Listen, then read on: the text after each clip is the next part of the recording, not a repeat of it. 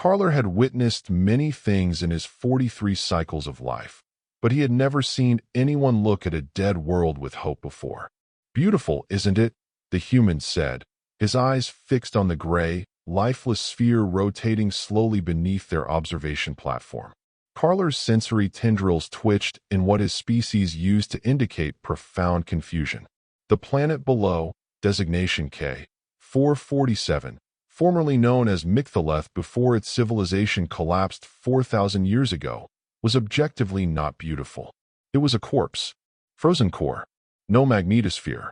Atmosphere stripped away by solar wind over millennia. Surface temperature fluctuations that would shatter most known materials. Even the ruins of the cities were gone, ground to dust by time and cosmic radiation. "Mr. Douglas," Carler said carefully, "I appreciate the employment opportunity, but I must ask again, what exactly do you intend to do here?" David Douglas turned from the viewport, and Carler saw that expression, that terrifying human expression that he'd learned to recognize during his research. It was the look humans got right before they did something that would make engineers from any sensible species resign immediately. "I'm going to fix it," Douglas said simply. "Fix the planet." "Yep. The dead planet with no core activity, no atmosphere, no magnetosphere, and no possibility of supporting life. That's the one." Carler had volunteered for this position specifically because of humans. Other species saw them as reckless or dangerous or lucky. Carler saw them as something else entirely. Gods walking among mortals, too humble to recognize their own divinity. He'd studied their projects, the Titan terraform, the lunar ring stations, the atmospheric processors that turned toxic worlds into gardens in mere decades. Humans looked at nature's laws as suggestions. They looked at the impossible and said, "Give me a decade and a budget." He'd watched footage of the Mars restoration, where humans had taken a cold, dead world and given it an atmosphere dense enough to breathe. He'd read about the Venus cooling project, where they'd built solar shades the size of moons. He'd studied the Europa excavation, where they'd melted through kilometers of ice to reach the ocean below and seed it with Earth-origin life that had adapted and thrived. But this was ambitious even for a human. "How?" Carler asked, pulling out his data tablet. "Please, I want to understand. I need to document this." Douglas's face split into a grin. "Well, first we're going to wake up the planet's core. The core is frozen solid. It hasn't rotated in thousands of years. The thermal death of a planetary core is considered irreversible by every. Yeah, I read the papers. Everyone says it's impossible." Douglas pulled up a holographic display. "That's because everyone thinks too small. We need to inject massive amounts of heat directly into the core. So, phase 1, I bought some military surplus." The hologram showed 6 massive orbital platforms bristling with focusing arrays. "Those are Disney-class siege lasers," Carler whispered, his tendrils going rigid with shock. "Those were designed to crack planetary defense shields during the Pella Wars. Each one can output 4.7 petawatts per pulse. I know. I got them at auction. The military was decommissioning them. Cost me basically nothing because nobody else could think of a use for them." Douglas zoomed in on the planet. "We're going to position them here, here, and here. 6 equidistant points.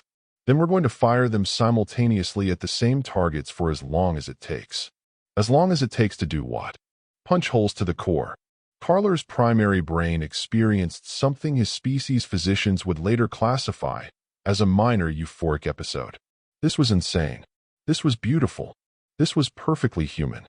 "The crust is over 40 kilometers thick in these locations," Carler said, already running calculations.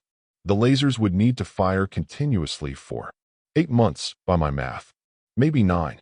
The lasers weren't designed for sustained geological drilling, so we'll need to cycle them in shifts, let them cool down, that sort of thing. But yeah, it's doable." And then, Douglas's grin widened. "Then we drop nukes into the holes." Carler made a notation on his tablet. Other species would have safety committees, environmental impact studies, regulatory approvals. Humans just said, "nukes," and expected you to keep up. What kind of nuclear devices? Carler asked. Modified ones. Standard thermonuclear warheads put out way too much explosive force. We don't want to crack the planet. What we need is heat. Pure, concentrated, sustained heat. So I've hired a team retrofitting 47 500 megaton devices with thermal conversion arrays. That's not a thing that exists. It is now. My chief engineer is a woman named Dr. Killian T-Man. She's brilliant. Basically, we're adding a secondary containment system that converts the kinetic energy of the blast into thermal radiation. Think of it like a shaped charge, except instead of directing explosive force, we're directing heat. The devices will burn at around 200 million Kelvin for about 40 seconds each. Carler was frantically taking notes. And this heat will be sufficient to restart core convection? Not by itself. That's where Phase 2 comes in. Douglas pulled up another display showing massive cargo vessels. Nuclear waste. 17 million tons of it. High-grade radioactive material that nobody wants and everyone's happy to sell cheap, or in my case, pay to have removed. We dump it directly into the core after the nukes. The waste will continue producing heat through radioactive decay for the next several thousand years. It'll act as a sustained ignition source, keeping the core hot enough to maintain convection. You're going to turn the planet's core into a nuclear reactor. Technically, it already is one. Or was. All planetary cores are. We're just jump-starting it. Douglas looked at the planet with something approaching affection. Think of it like a heart that stopped beating. We're hitting it with a defibrillator, then installing a pacemaker. The laser platforms took 3 weeks to position. Each one was the size of a small space station, covered in heat dissipation vanes and power generation arrays. Douglas had hired a crew of 74 specialists from 9 different species to operate them. Carler watched the first test firing from the observation platform. The laser, a brilliant lance of coherent light visible even in vacuum, struck the planet's surface for exactly 2.3 seconds. When it cut off, there was a crater 400 meters wide and 1.2 kilometers deep. Good, Douglas said, checking readouts. That's within acceptable parameters. We'll run them in 12-hour shifts, 6 hours firing, 6 hours cooling. Rotate through all 6 platforms so we're always hitting the planet from at least 3 points simultaneously. Why 3 minimum? Carler asked. Balance. If we only drill from 1 or 2 points, we risk creating instabilities in the crust. 3 gives us triangulation and distributes the thermal stress. Plus, if we have equipment failures, we can keep working while repairs happen. The drilling began in earnest on day 4 of the project. Carler established a routine. Every morning, by his species' chronological standards, he would wake, review the overnight progress reports, and watch the lasers work. The beams were hypnotic, 6 points of light connected to the planet by lines of pure energy, each one slowly but steadily boring deeper into ancient rock. The crew developed a culture around the work. The platform operators named their lasers. Number 1 became Penetrator. Number 2 was Deep Digger. Number 3, operated by a particularly sardonic arid engineer, was simply called Poker. They started a betting pool on which laser would reach the target depth first. Douglas moved between the platforms constantly, checking systems, encouraging crews, solving problems. Carler shadowed him, documenting everything. Why are you doing this? Carler asked one day as they inspected Platform 5's cooling systems. This planet has been dead for 4 millennia. No one lives here. There's no economic value. You could spend these resources on 1,000 more profitable ventures. Douglas was quiet for a moment, watching his laser punch deeper into the planet's flesh. My great-great-grandfather was a restoration ecologist, he said finally. Back on Earth, before my family finally went to the stars. He spent his whole life bringing back extinct species, cloning them from preserved DNA, reintroducing them to restored habitats. Everyone told him it was pointless. They're already gone, they said. Why waste resources on the past? Douglas turned to look at Carler. But he'd say, just because something died doesn't mean it has to stay dead. Not if we can help it. He brought back 47 species before he passed. 47 different kinds of life that the universe had written off, given another chance. And you see this planet the same way. I see everything the same way. The universe is full of broken things. Dead things. Things that used to be alive and vibrant and full of potential, now cold and silent. Most species look at that and feel sad, maybe, but accept it. Humans. Douglas smiled. We get angry. We refuse to accept it. If something can be fixed, we'll fix it. If it can't be fixed, we'll figure out how to fix it anyway. By the end of the first month, they'd reached depths of 5.7 kilometers on average. The lasers were performing better than expected, Douglas's cooling systems were excellent, and the rock composition was slightly less dense than initial surveys suggested. But then they hit the first problem. We've encountered a basaltic layer at 8.3 kilometers on Platform 2, reported engineer Yillik, his eye stalks drooping with exhaustion. It's much denser than surrounding strata. Our penetration rate has dropped to 40% efficiency. Douglas studied the geological data. Basalt. Yeah, that'll slow us down. Can we increase laser intensity? Not without risking damage to the focusing array. Then we adjust the schedule. Platforms 1, 3, 4, 5, and 6 continue normal operations. Platform 2 doubles its firing time, runs longer cooling cycles. We'll get through it. It'll just take longer. How much longer? For that platform? Maybe an extra 6 weeks. The crew groaned but adapted. This was the nature of human projects. Encounter problem, solve problem, continue forward. Never stop. Never give up. Clarke marveled at it. His own species would have formed a committee to study the basaltic layer, produced recommendations, perhaps redesigned the entire approach. Humans just said, work harder, and kept drilling. The second problem came at 12.4 kilometers. We've got thermal bloom, reported Dr. T-Man over the communications channel. She was on Platform 4, her voice tight with concern. The rock is heating faster than it can dissipate. We're creating pockets of molten material that are destabilizing the bore shaft. Douglas frowned at the data. Show me the thermal imaging. The hologram displayed cross-sections of the drilling sites. Sure enough, around each bore hole, the rock glowed with residual heat. In some places, it had melted and flowed, partially filling in the shafts they'd worked so hard to create. All right, Douglas said, his voice calm. We need active cooling. Clarke, we've got ice haulers in the supply fleet, right? Clarke checked his inventory. Yes, 12 vessels designed for transporting water ice from the outer system. They're scheduled for Phase 3 of the operation. Bring them in early. We're going to drop ice down the boreholes, lots of it. It'll flash to steam, but that's fine. The steam will carry heat away from the shaft walls, and as it rises, it'll cool and condense. We create a thermal cycle that stabilizes the drilling zone. That will require, Clarke calculated quickly, approximately 470,000 tons of ice per day, per shaft. Then we'd better get hauling. The ice operation began within 48 hours. The haulers worked around the clock, breaking chunks of ice from a nearby comet and ferrying them to the drilling sites. Automated systems dropped the ice down the boreholes in precisely timed intervals. It worked. The thermal bloom stabilized. The shaft stopped collapsing. The drilling continued. Clarke documented all of it, the problems, the solutions, the improvisation. This was what separated humans from other species. Other species planned. Humans adapted. By month 4, they'd passed 20 kilometers. The deeper they went, the hotter it became, even in a dead planet. The rock at these depths retained primordial heat from the planet's formation, heat that had nowhere to go with no convection to carry it away. We're entering the mantle transition zone, Douglas announced during a project briefing. The rock here is going to be partially plastic, not quite solid, not quite liquid.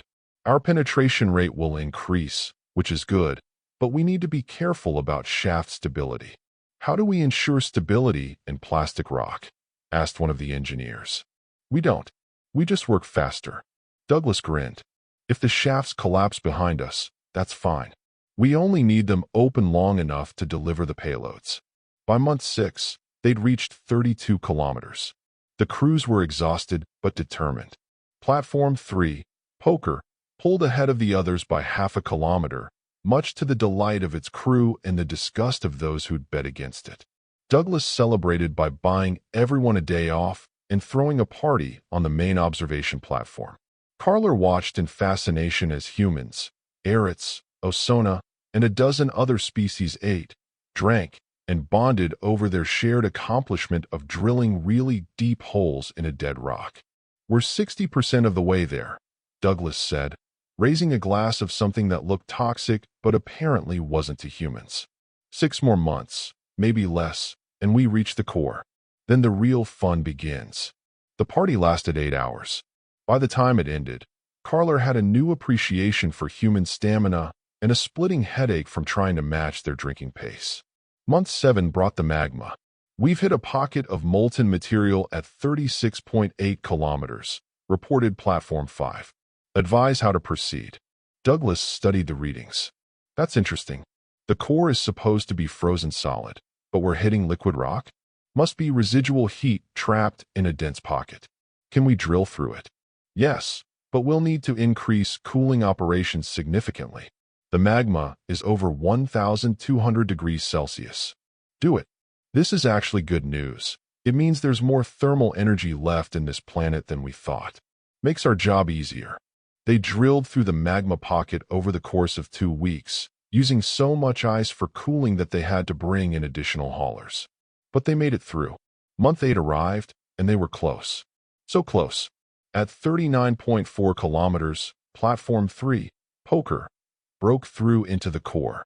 The instruments went wild. Even frozen, the core's density was unmistakable.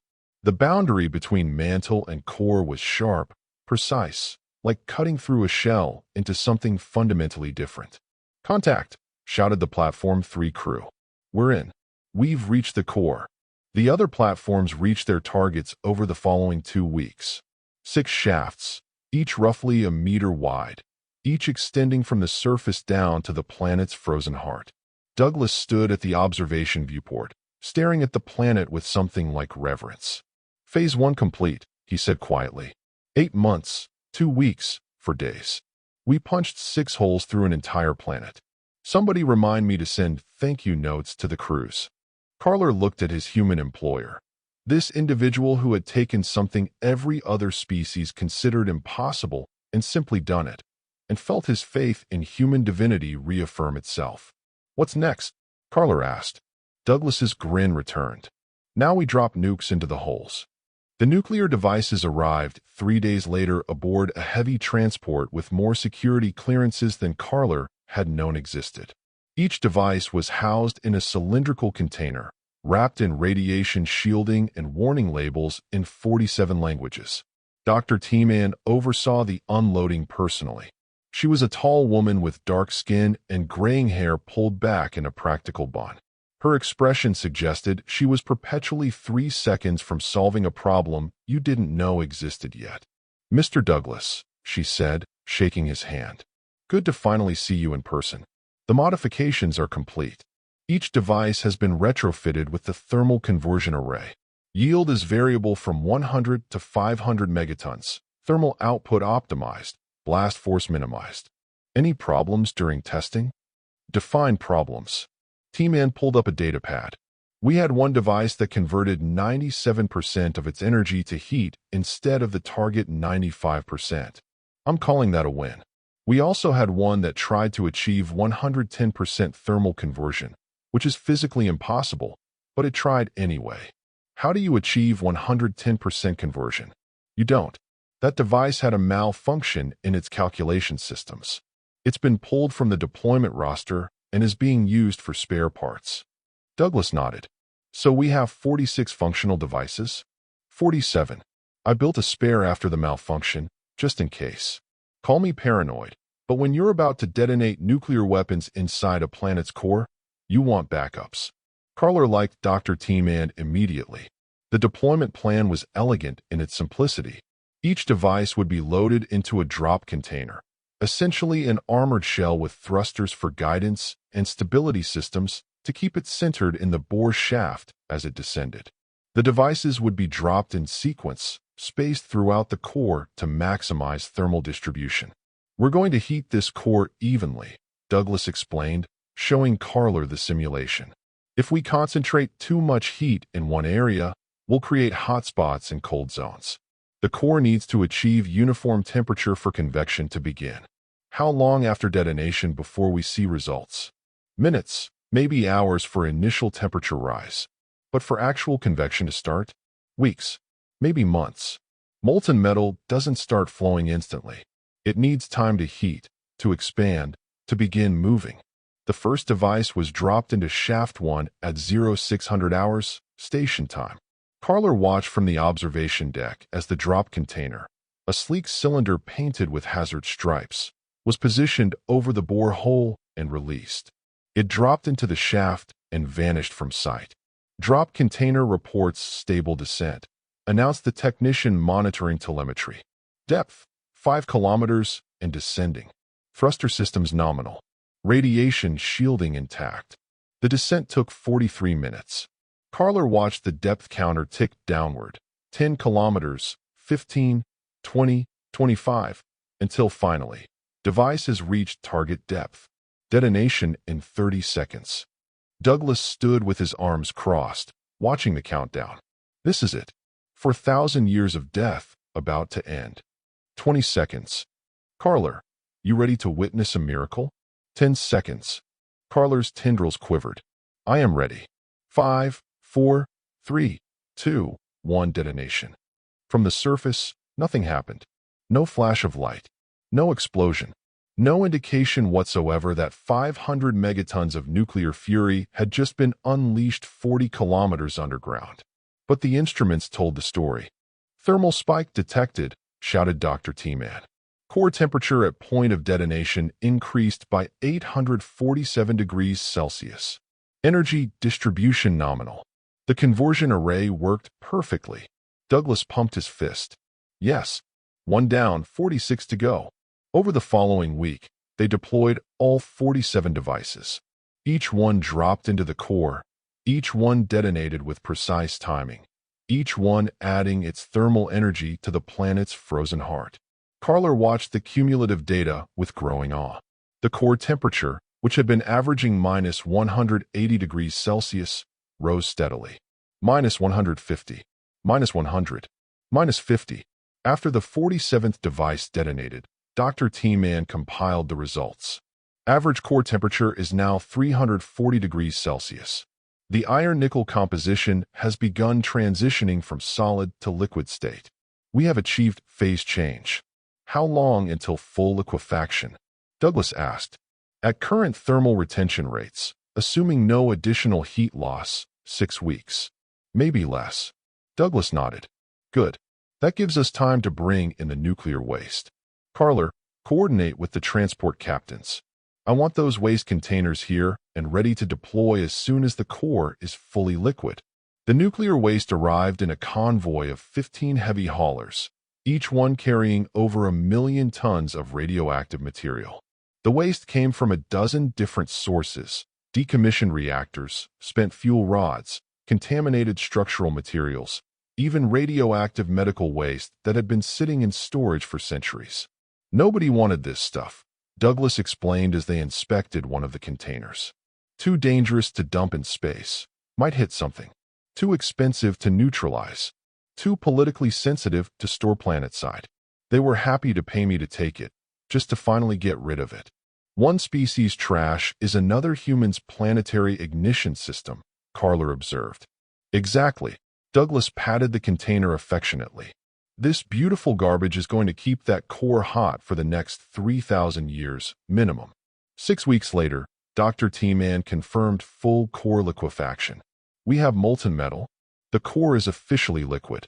Temperature has stabilized at approximately 4,200 degrees Celsius, hot enough to maintain liquid state, not hot enough to vaporize or create pressure instabilities. Perfect. Douglas activated the comm system. All teams, begin nuclear waste deployment. Standard protocols, sequenced by mass and radioactive intensity. Let's give this planet a heart that'll keep beating. The waste containers were larger and heavier than the nuclear devices, but the deployment process was similar. Each container was dropped down a shaft, guided by thrusters, lowered carefully into the molten core. Clarke watched the first container descend. It took 70 minutes to reach the core, longer than the nukes because the containers were moving more slowly, being more careful. Container 1 entering core, reported the technician. External temperature, 4,200 degrees and rising. Container integrity holding. Release in 3, 2, 1, payload deployed. Somewhere, 40 kilometers below the surface, 1 million tons of radioactive waste tumbled into the molten heart of a planet. The container's external sensors, designed to survive for precisely 6 seconds in those conditions, reported back before melting, waste dispersing normally, thermal output nominal, radiation levels exactly as predicted. Over the following month, all 17 million tons were deployed. That's the last one, Dr. T-Man announced as Container 17 disappeared into the final shaft. Waste deployment complete. The core now contains enough radioactive material to sustain elevated temperatures for approximately 3,400 years, plus or minus a century, depending on convection efficiency. Douglas stared at the planet below. Now we wait. Convection doesn't start instantly. The core needs time to organize itself, to establish flow patterns. But once it starts, Clarke said, the planet wakes up. The first signs appeared 3 weeks later. I'm detecting magnetic field fluctuations, Clarke reported, staring at his instruments in disbelief. Faint, irregular, but definitely present. The field strength is approximately 0.0003% of Earth normal. It's starting, Douglas whispered. The core is moving. Slowly, but it's moving. Over the following weeks, the magnetic field strengthened. 0.001%, 0.005%, 0.01%. The fluctuations became more regular, organizing themselves into a pattern that looked increasingly like a proper magnetosphere.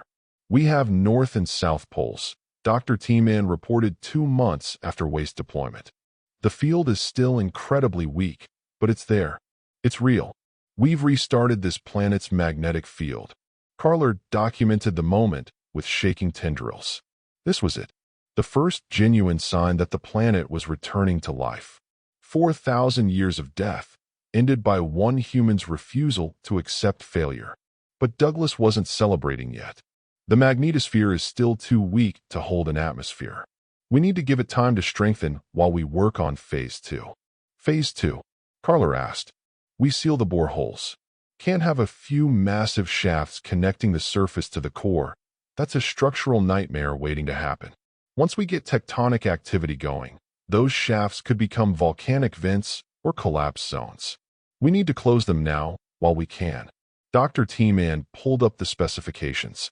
We'll use standard nuclear devices for this, as you outlined. No thermal conversion, just regular explosives. We detonate them at optimal depths within each shaft.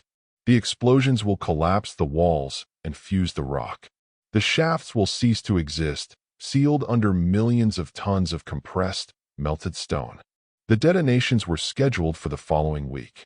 One device for each shaft detonated simultaneously.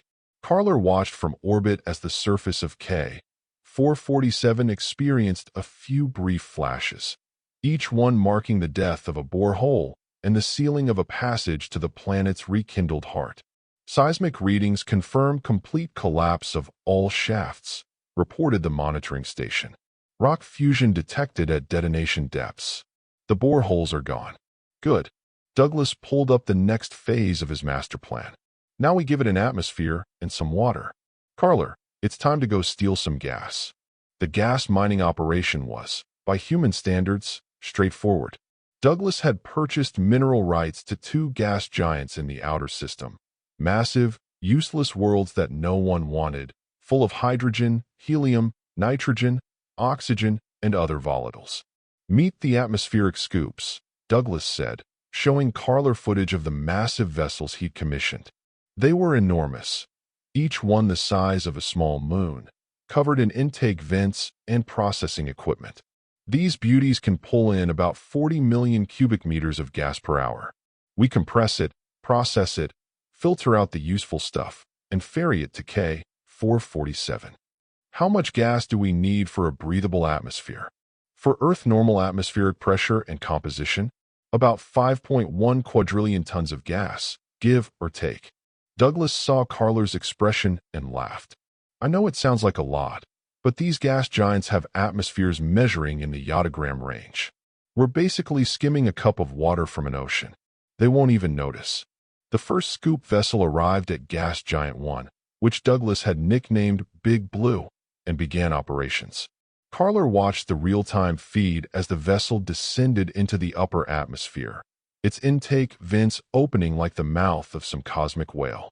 Intake flow nominal, reported the vessel's captain, a cheerful human woman named Captain Gustav. We're pulling in hydrogen, helium, nitrogen, trace oxygen, and some interesting noble gases. Processing systems are filtering and compressing. First cargo hold will be full in about 6 hours. Composition, Douglas asked. After processing, we're getting about 77% nitrogen, 21% oxygen, 1% argon, and trace amounts of everything else. It's not perfect Earth standard, but it's close enough. Anything that breathes nitrogen-oxygen should be comfortable. Perfect. Once you're full, head to K447 and start atmospheric release. I want the gas deployed in the upper atmosphere, 50 to 80 kilometers altitude. Let it settle naturally. The first atmospheric delivery happened 4 days later.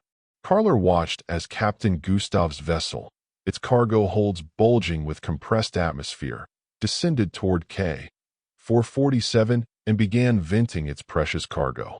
From orbit, it looked like nothing. No visible change. No dramatic transformation. Just gas being released into vacuum. But the instruments told the story.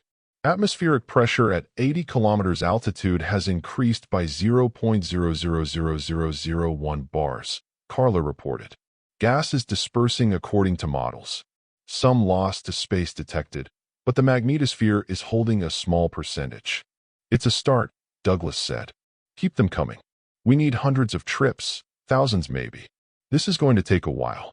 The scoop vessels established a routine. Descend into Big Blue, fill cargo holds, travel to K447, release gas, return to Big Blue. Over and over. 24 hours a day, 7 days a week. Douglas had commissioned 12 scoop vessels in total. As they worked, Carler tracked the atmospheric accumulation. It was agonizingly slow at first. 0.00001 bars. 0.0001 bars. 0.001 bars. At this rate, Carler calculated, it will take approximately 9 months to achieve 0.3 bars of atmospheric pressure. I know, Douglas said. Patience. We're building a planet here, not assembling furniture. While the atmospheric operation continued, Douglas turned his attention to water. We need oceans, he explained, pulling up maps of the asteroid belt. K447 had oceans once. You can see the ancient seabeds in the topography. We're going to fill them again. He'd identified 247 water-rich asteroids in stable orbits throughout the belt. Each one was essentially a flying iceberg, rock mixed with frozen water, ranging from 200 meters to 2 kilometers in diameter. We're going to redirect them, Douglas said. Change their orbits so they intersect with K447. The impacts will deliver water and generate heat. 2 benefits for the price of 1. You're going to bombard the planet with asteroids. Carefully. It's a controlled bombardment. We've calculated the trajectories to spread the impacts across the surface, avoid creating any single catastrophic collision. Think of it like very aggressive rain. The first asteroid, which Douglas had named Rainmaker 1, was nudged out of its orbit using chemical thrusters attached to its surface. The course correction was gentle, subtle, just enough to send it on a collision course with K447. The impact came 43 days later. Carler watched from orbit as Rainmaker 1, a 400-meter ball of ice and rock, hit the surface at 12 kilometers per second. The impact was visible from space, a flash of light, a plume of vaporized ice and pulverized rock rising into the thin atmosphere. Impact confirmed, reported the monitoring station. Crater diameter approximately 6 kilometers. Estimated water delivery 47 million tons. Vaporization rate 34%. The remaining ice is melting on the surface. Beautiful, Douglas said, watching the impact plume. 46 more to go for Phase 2 Alpha. Then we've got 200 more lined up for Phase 2 Bravo. The bombardment continued over the following months. Each impact delivered water, heat, and spectacle. Some asteroids hit the equatorial regions, where temperatures were highest. Others struck polar areas, where the water froze into new ice caps. A few hit ancient ocean basins, beginning the slow process of refilling seas that had been dry for millennia. The atmospheric operation and the bombardment occurred simultaneously, and Clarke watched with growing wonder as K-447 transformed. 5 months into Phase 2, the planet had a visible atmosphere. It was thin, still less than 0.1 bars, but it was there. Clouds began to form, wispy and fragile, but definitely clouds. Water vapor from the asteroid impacts mixed with the delivered nitrogen-oxygen, creating weather patterns. "We're getting winds," reported the Meteorological Monitoring Station. Surface wind speeds averaging 15 kilometers per hour in the equatorial regions. The atmosphere is beginning to circulate. The magnetosphere continued strengthening. After 6 months, it had reached 2.1% of Earth normal. Still weak, but strong enough that atmospheric loss had slowed dramatically. The delivered gases were beginning to accumulate faster than they escaped. "We're reaching a tipping point," Dr. T-Man explained. "The magnetosphere is now strong enough to protect a thin atmosphere. As the atmosphere thickens, it helps retain heat. As heat increases, the magnetosphere strengthens further. We're creating a positive feedback loop." Douglas watched his planet, and Clarke had stopped thinking of it as K-447 and started thinking of it as Douglas's planet, slowly coming back to life. How long until it's breathable? For humans? Years. But for simpler organisms, for hardy plant life? We're getting close. 8 months into Phase 2, the atmospheric pressure reached 0.3 bars. Surface temperatures in the equatorial regions had risen to -40 degrees Celsius. The magnetosphere was at 3.8% Earth normal and climbing steadily. And there was liquid water. The asteroid impacts had delivered so much ice, generated so much heat, that in the warmest regions, the equatorial impact craters, water existed in liquid form. Small pools, yes. Temporary, freezing at night and melting during the day. But liquid water nonetheless. "We have puddles," Douglas announced to the crew during a status meeting. "It's not much, but it's a start. A planet with liquid water is a planet that can support life." The final bombardment wave hit during month 9. 47 asteroids, carefully spaced, each one calculated to add to the growing oceans without causing excessive damage. The impacts created new seas in ancient basins, filled valleys with meltwater, and added trillions of tons of water to the planet's inventory. After the last impact, an asteroid Douglas had named Rainmaker's Finale, Clarke compiled the final statistics. Total water delivered, 1.4 trillion tons. Atmospheric pressure, 0.34 bars. Magnetosphere, 4.1% Earth normal. Surface temperature range, -60 to -30 degrees Celsius, depending on location and time of day. We have achieved Phase 2 objectives. Douglas stood at the viewport, looking at the planet that no longer looked dead. It had clouds now, ice caps, impact craters filled with frozen water that melted at the edges during peak daylight hours. And in the equatorial regions, something that almost looked like weather. "It's not finished," he said quietly. "It'll take decades for the atmosphere to fully mature, centuries for the oceans to stabilize. But it's not dead anymore. We gave it a chance." "What happens now?" Clarke asked. "Now? We wait and see if anything survived down there. The Myctholithians are gone, but their ecosystem might have left something behind. Seeds, spores, dormant organisms buried in the soil. If there's anything alive down there, anything at all, it should start showing up now that conditions are marginally favorable. And if nothing survived?" Douglas smiled. "Then we seeded ourselves. Bring in organisms from other worlds, adapt them, see what takes hold. But I have a feeling we won't need to. Life is stubborn. It finds a way. 3 months after the final asteroid impact, Clarke noticed something on the surface scans. He was conducting a routine survey of the equatorial regions, mapping the new water distribution, when his instruments detected an anomaly. At first, he thought it was a sensor glitch, a false positive, perhaps a reflection from ice crystals in the thin atmosphere. But the signature persisted, and it was exactly what his biology subroutines would flag as chlorophyll. "Mr. Douglas," Clarke said, his voice trembling, "I need you to see this." Douglas joined him at the monitoring station. "What am I looking at?" "Spectroscopic analysis of impact crater 17. There's a chlorophyll signature. It's faint, but it's definitely there." Douglas stared at the data. That's photosynthesis. Something down there is photosynthesizing. Should we send a probe?" "No." Douglas was already heading for the shuttle bay. "We're going down there ourselves. I want to see this with my own eyes." They descended in a survey shuttle, Clarke's instruments going wild as they approached the surface. The chlorophyll signature was stronger as they got closer, not just in one location, but spreading across the entire crater. The crater itself was approximately 4 kilometers in diameter, created by the impact of Rainmaker 33. The center was filled with a shallow lake of meltwater, perhaps 2 meters deep at its deepest point. Ice rimmed the edges, but the midday sun kept the central water liquid.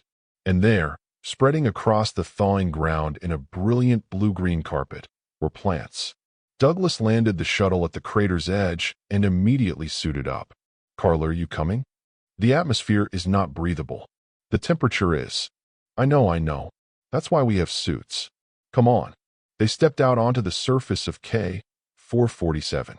The gravity was slightly less than Earth standard, about 85 centimos. The air pressure, such as it was, pushed gently against their suits. In the distance, clouds moved across a sky that was beginning to look blue. Douglas knelt beside a patch of the blue-green growth. Up close, Clarke could see it was primitive, more like algae or moss than true plants. Flat, spreading, clinging to the damp soil. "It's beautiful," Douglas whispered. Clarke scanned the organism with his portable instruments. Genetic analysis indicates Micthalethnian origin. This is a native species. It's been dormant, buried in the soil, waiting for favorable conditions. How long? Based on genetic drift markers, approximately 4,200 years. It survived the death of its world, waded through 4 millennia of frozen darkness, and the moment we gave it water and warmth, it woke up. Douglas touched the growth gently with his gloved hand. Life doesn't give up. Not ever. They spent 3 hours exploring the crater. The primitive plants, Clarke's preliminary classification labeled them as protobryophytes, covered nearly a quarter of the crater floor. They grew in patches where meltwater soaked the soil, where sunlight was strongest, where conditions were even marginally favorable. And as they explored, Clarke detected more. "Mr. Douglas, I'm finding spores. Everywhere. Billions of them, maybe trillions, buried in the soil across this entire region. They're dormant, but viable. As conditions improve, as the temperature rises, as more water becomes available, they'll all wake up," Douglas finished. "The whole ecosystem is just waiting. We didn't restart a planet. We reminded it how to live." Over the following days, they conducted surveys of other impact craters. Every single one showed signs of returning life. The organisms were primitive, algae-like, moss-like, simple photosynthesizers that could survive brutal conditions. But they were alive, growing, spreading. "Growth rate is approximately 2 centimeters per day," Clarke reported. "At current rates, the organisms will cover an estimated 40 square kilometers within 6 months. As the atmosphere thickens and temperatures rise, growth will accelerate." The atmospheric processors detected a new signature, oxygen production. It was minuscule, less than 0.001% of the total atmosphere, but it was increasing. The plants were beginning the slow, patient work of converting carbon dioxide into breathable air. "This is going to take centuries," Dr. T-Man said during a project review. "Maybe millennia, but it's happening. This planet is becoming habitable again." Douglas nodded, watching the latest footage from the surface. The blue-green patches were spreading, connecting, forming larger and larger carpets of primitive life. In some craters, the water had taken on a greenish tint from algal blooms. "What's next?" Clarke asked. "We keep monitoring. We document everything. We watch this planet wake up and see what it becomes. And if the Myctolithian ecosystem is incomplete, if key species didn't survive, we'll help fill in the gaps. But I think we'll find that nature is more resilient than we give it credit for." 6 months after the first signs of life, Clarke compiled a comprehensive status report. Core status: active. Convection established. Magnetic field at 15.7%, Earth normal and strengthening steadily. Atmospheric pressure: 0.41 bars and rising. Composition: 76% nitrogen, 22% oxygen, 2% other gases. Surface temperature: range from -55 to -15 degrees Celsius.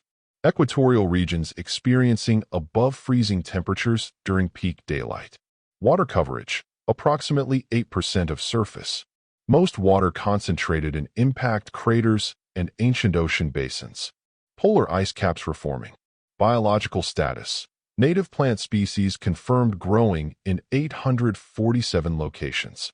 Estimated total coverage: 340 square kilometers and expanding. Oxygen production detected. No animal life confirmed yet, but genetic analysis of soil samples suggests dormant invertebrate species may be present. Douglas read the report, then read it again. "We did it," he said quietly. "We actually did it." "You did it," Clarke corrected. "You looked at a dead world and refused to accept its death. You assembled the resources, designed the solution, and executed a plan that every rational species would have called impossible. It was always possible. People just didn't want to try. Because it was expensive, dangerous, uncertain. Sure, but those are just obstacles, not reasons to quit." Douglas turned to look at Clarke. "You know what the real trick is? The secret to doing impossible things." "What?" "You just start. You don't wait for permission or perfect conditions or absolute certainty. You see something that needs doing, and you do it. One step at a time. Drill the holes. Drop the nukes. Deliver the atmosphere. Import the water. And before you know it, you've restarted a planet." Clarke felt his faith in human divinity crystallize into absolute certainty. Other species built within the laws of nature. Humans rewrote those laws entirely. "What will you do now?" Clarke asked. "The project is essentially complete." "Complete? No way." Douglas pulled up a star map. "This was just one planet. There are dozens of dead worlds out there. Hundreds, maybe. Worlds that used to be alive, that could be alive again if someone just bothered to fix them. You intend to restart more planets? Why not? We proved it works. We've got the techniques, the equipment, the experience. It'd be wasteful not to use them. Plus, I've got some ideas for improving the process. Next time, I bet we can do it in half the time." Clarke made a notation in his records. The report he was compiling would be studied for generations. Future historians would analyze Douglas's methods. Engineers would refine his techniques. Entire academic disciplines would emerge from this single project. But Clarke knew the most important lesson wouldn't be found in the technical specifications or the cost analyses. It would be in the simple, revolutionary idea that dead things don't have to stay dead. Not if you're human. Not if you refuse to accept failure. "I would like to continue working with you," Clarke said. "On the next project and the ones after that. I want to document everything. The galaxy needs to understand what humans can accomplish when they decide something matters." Douglas smiled. "You're hired. Same position, same pay. We've got a lot of planets to fix." They stood together at the viewport, watching K-447 rotate slowly beneath them. It wasn't Earth. It wasn't even close to fully habitable yet. But it was alive. Against all odds, against every rational prediction, the planet breathed again. And somewhere on its surface, in a crater filled with meltwater and covered in primitive plants, the first traces of an ecosystem that had waited 4,000 years for a second chance continued their patient, inexorable growth. Douglas had given them that chance. One human, armed with resources nobody wanted and ideas everyone said wouldn't work, had reached across time to resurrect a world. Clarke documented it all, every detail, every decision, every impossible thing that Douglas had made possible. Because he knew the truth, the fundamental reality that explained why humans were simultaneously the most terrifying and most wonderful force in the universe. Humans were gods who didn't know they were gods, and that made them capable of literally anything, even restarting planets, even bringing the dead back to life, even making the impossible look easy. The galaxy would learn this lesson eventually. Clarke would make sure of it. His documentation would spread, be studied, be analyzed. Other species would try to understand how one human had accomplished something their greatest scientists considered impossible. And maybe, just maybe, they'd learn the real secret. You just start, one step at a time, until the impossible becomes inevitable, until death becomes life, until broken becomes whole. That was the human way, and Clarke would spend the rest of his existence bearing witness to it. Many thanks to channel member Caleb Fast for making this video possible. And thank you to all my other channel members and Pathfinders as well. You all keep this channel going. If you'd like to become a member, please be sure to do so and gain access to some awesome exclusive perks. Everyone else, thank you for listening to this story, and I do hope that you enjoyed it. Please be sure to subscribe and hit that bell icon to see more videos like this, and be sure to leave this video a like, too. Channel memberships, super thanks, merch purchases, and even book purchases, our links to our books are in the description section below, are a great way to keep this channel going, and they help us afford to make better videos too. Partner with us as we grow into one of the best sci-fi channels on YouTube and beyond. With all of that said, thank you again for listening to this story, and I hope to see you again. Thank you for your time, and be sure to check out the story and playlist on the left side of your screen now. I'll see you in the next one.